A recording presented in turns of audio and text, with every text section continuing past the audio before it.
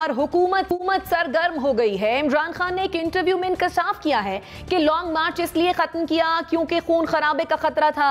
हमारी तरफ भी लोग तैयार हो गए थे और उन्होंने पिस्तौल रखे हुए थे। इमरान खान की तरफ से इस एतराफ के बाद हुकूमत ने 5 रुकनी तहकीकाती कमेटी कायम कर दी है। वजीर दाखिला राना सनाउल्लाह का कहना यह है कि उन्होंने काबीना को तजवीज़ दी है कि इस पर मुकदमा कायम किया जाए क्योंकि ये कोई सियासी सरगर्मी नहीं थी बल्कि रियासत पर हमला था। अब सवाल यह है कि इमरान खान के एतराफ़ के बाद कमेटी तो कायम हो गई, मगर इसका नतीजा क्या निकलेगा। एनबीसी खान साहब अब ये बातें कर रहे हैं, इंतजार फैलने का खदशा था, लोगों के पास हथियार थे। आपको लगता है कि लोग इन बातों पर यकीन करेंगे?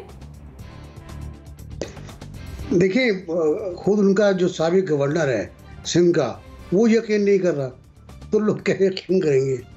गवर्नर सिंध ने कहा है, साबिक गवर्नर ने, कि लोगों के पास हथियार नहीं थे। जो इमरान खान साहब ने कहा है वो कुछ और कहा है। अब वो कुछ और क्या कहा है उन्होंने उसकी वजाहत नहीं की। लेकिन मुझे इससे ज़्यादा ख़तरनाक बातें 2 लगी हैं और जिसको हमें महसूस करना चाहिए। एक तो चीफ मिनिस्टर KPK का बयान कि मैं सबक सिखा दूंगा वफाक को और मैं अपनी फोर्स लेके जाऊंगा आपके से जो मुकाबला करेगी, जो अटैक फोर्स होगी। और दूसरा शहबाज गिल टाइप के जैसे लोग बड़े लाडले हैं बहुत से, उनका बयान कि ये याद रखें कि अफ़गानों ने अमेरिका को शिकस्त दिए, रूस को शिकस्त दिए, तो आप क्या बेचते? कहाँ इशारा कर रहे हैं आप? आप पाकिस्तान को रूस मिक्स बना रहे हैं, आप पाकिस्तान को अमेरिका से मिला रहे हैं, आप पश्तून लोगों को अफ़गान मुजाहिदीन से मिला रहे हैं, आप उनको असलहा बरदार कर रहे हैं। बिल्कुल सही है, असलहा ज़ेवर होता है तो असला पर सबका ज़ेवर होना चाहिए, हर एक का ज़ेवर होना चाहिए, सिंध वालों का भी, पंजाब वालों का भी, हर जगह। शहबाज गिल का बयान बहुत ख़तरनाक है, इसको उसके सियाक़ सबाक़ भी देखना चाहिए। इमरान खान ने जो कुछ कहा वो क्या, उन्होंने एक मैटर ऑफ फैक्ट बात की है। वो तस्वीरें भी आई हैं सोशल मीडिया पर, और छोटी गने नहीं है, वो बड़ी गने हैं, वो तो वो नज़र आया। लेकिन ये कि इसके बाद जो मल्टीप्लाई किया है चीफ मिनिस्टर ने और शहबाज गिल ने और दूसरे लोगों ने, एक ने कहा एटम बम मार दो, वजीर एविएशन जिन्होंने बर्बाद कर दिया PIA को, उन्होंने भी कहा एटम बम मार दो। अमानुल्लाह गंडापुर कह रहे हैं ऐसे लोगों को तो एटम बम मार दो। क्या हो गया इन लोगों को? इमरान खान साहब ने भी कहा कि मैंने तो कहा था कि अगर इनको हुकूमत देनी है तो बेहतर है एटम बम मार दो पाकिस्तान के ऊपर। वो भाई एटम बम इस काम के लिए नहीं था, एटम बम दुश्मनों के लिए। तो ये जो जज्बाती तरह के बयानात होते हैं, मैं इनको ज़्यादा वो नहीं कर रहा, जज्बाती बयानात हैं, ये गुस्से के बयानात हैं, लेकिन चीफ मिनिस्टर का बयान मैटर ऑफ फैक्ट बगावत है। ठीक जुनैरा, जहां इस इंटरव्यू में बहुत से इंकशाफात किए खान साहब ने, वहीं पर कुछ एतराफ़ात भी किए, जैसा कि खान साहब ने एडमिट ये किया कि लॉन्ग मार्च की तैयारी नहीं थी। इससे खान साहब के कारकुनों पर क्या इंप्रेशन जाएगा?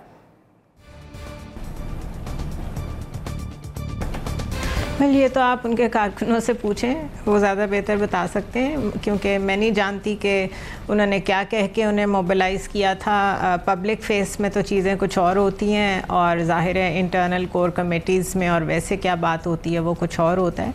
लेकिन बात यह है कि आपको क्या लगता है जो ये सब कुछ करवा रहे हैं उन सबको इन चीज़ों की ख़बर नहीं थी? अगर किसी के पास असलहा था और लोगों के पास असलहा था तो उन्होंने उनको आने क्यों दिया? और रेंजर्स आ गए थे, रेंजर्स पहले भी आ सकते थे, पहले रुकवा सकते थे, एक्टिविटी होने ही ना देते। 2 दिन पहले से लोगों के घरों में जंपें लगा के दाखिल हो रहे थे तो सारी टॉप लीडरशिप को पकड़ लेते तो लोग निकलते ही ना, गन्स आती ना। अभी भी वो साफ ऐलान कर रहे हैं आप जाएं, पकड़ लें, गिरफ़्तार करें, उनके ऊपर हुकूमत है, आप हुकूमत हैं, आप उन पे केस बनाएं, आप कहें ये हथियार उठा रहे हैं हुकूमत के ख़िलाफ़, रियासत के ख़िलाफ़, इनके ऊपर जितने संगीन जुर्म हो सकते हैं डालें और इनके ऊपर केसेस बनाएं। आपको रोका हुआ किसने है? बजाय इसके कि मैं और आप टॉक शोज़ पे बैठ के ये बातें करें। इस वक्त रियासत बचाना अगर ज़्यादा ज़रूरी है और वाकई रियासत से बड़ी बात तो कोई चीज़ नहीं होती, तो करें प्रीएम्प्टिव स्ट्राइक्स, जाके पकड़ें उन लोगों को जाके।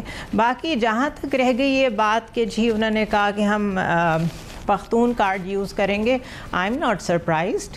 We have witnessed Sindh card, हमने पंजाबी कार्ड भी सुना है, हमने इस चीज़ पे पाकिस्तान को टूटते भी देखा है। अभी क्यों इतनी हैरत हो रही है? सब कुछ वही रिपीट हो रहा है जो हमेशा से होते आया है।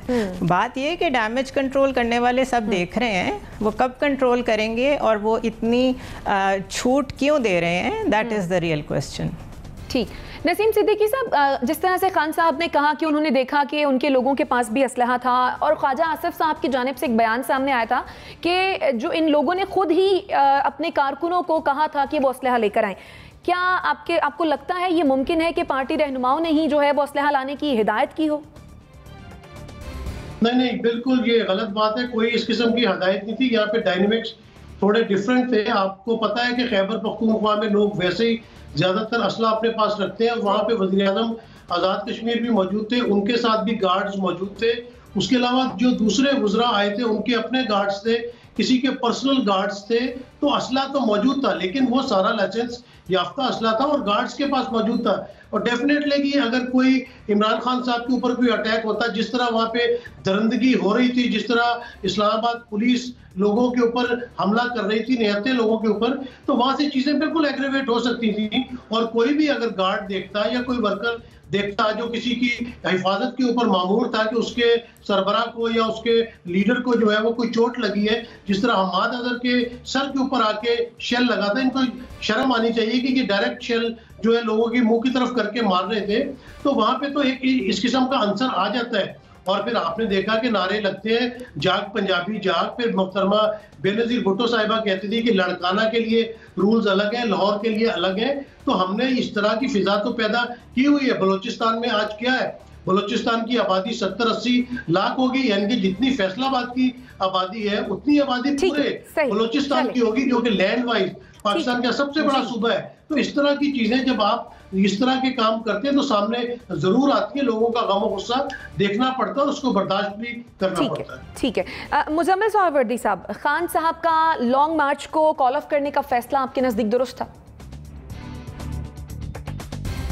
हाँ, दुरुस्त फैसला था। मैं समझता हूँ सेंसिबल फैसला था। और उसमें उन्होंने हालात को देखते हुए उन्हें नज़र आया और उन्होंने ठीक फैसला किया। सुबह कंटेम्प्ट पिटीशन भी थी, अगर वो ना करते तो कंटेम्प्ट में भी अंदर हो सकते थे। और उनको पता था कि पाकिस्तान का एक वज़ीर आज़म तौहीन अदालत में ही डिस्क्वालीफाई हुआ था और उसे वज़ारत उज़्मा से हटना पड़ा था। यहाँ पे तौहीन अदालत में बहुत से पार्लियामेंटेरियंस का कैरियर भी ख़राब हुआ है और वो 5-5 साल के लिए नाअहल हुए हैं। सुबह 9:30 बजे सुप्रीम कोर्ट में हेयरिंग थी और खान साहब अपने आप को नाअहल नहीं करवाना चाहते थे सुप्रीम कोर्ट से। इसीलिए मेरा ख्याल है कि जो बैक चैनल राब्ते थे, जो कहा जा रहा है कि एक एक्स CJP ने और एक रिटायर्ड जनरल ने और एक जो बड़े बिजनेसमैन ने राब्ते किए, उन्होंने उन्हें यही समझाया कि अगर आप बैठेंगे तो सुबह सुप्रीम कोर्ट कंटेम्प्ट में बुला लेगा, आप चले जाएं तो अभी आपके लिए एक NRO मौजूद है कि आपके लिए पर कंटेम्प्ट नहीं होगी। और वो इस सेटलमेंट पर ही गए कि अगर मैं चला जाऊंगा तो फिर मेरे ऊपर कंटेम्प्ट की कार्रवाई नहीं होगी। इसीलिए हमने देखा कि चीफ जस्टिस ने मासूमियत से कहा कि शायद उन्हें इल्म ही ना हुआ हो कि सुप्रीम कोर्ट का फैसला क्या है। हालांकि फवाद चौधरी साहब कह चुके थे कि हम ऐसे, मेरे ख्याल में वो एक NRO लेकर वापस गए कि मुझ पर तौहीन अदालत की कार्रवाई नहीं होगी। ठीक है, मुजम्मिल साहब आपका पॉइंट आ गया। NBC आप कुछ ऐड करना चाह रहे हैं, क्विकली कमेंट कीजिएगा। मैं सिर्फ ये ऐड करना चाह रहा हूँ कि आज तक किसी सूबे के वजीर आला ने ये नहीं कहा कि मैं अपनी पुलिस पंजाब के खिलाफ, सिंध के खिलाफ, बलूचिस्तान के खिलाफ इस्तेमाल करूंगा। किसी ने नहीं कहा आज तक। आज तक किसी ने नहीं कहा कि पाकिस्तान को शिकस्त हो सकती है पख्तूनों के हाथों में। किसी ने नहीं कहा। ये शिबली फराज ने कहा, ये वजीर आला पख्तूनख्वा ने कहा। और इनको ना मिलाएं आप सिंध से और पंजाब से और बलूचिस्तान से। बलूचिस्तान की तहकीर ना करें कि 70 लाख का इलाका है वो।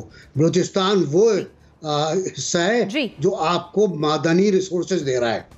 ये तासुब ना फैलाएं बिल्कुल। ठीक है, आपका नाज़रीन ब्रेक लेंगे, फिर वापस आते हैं। Stay with us.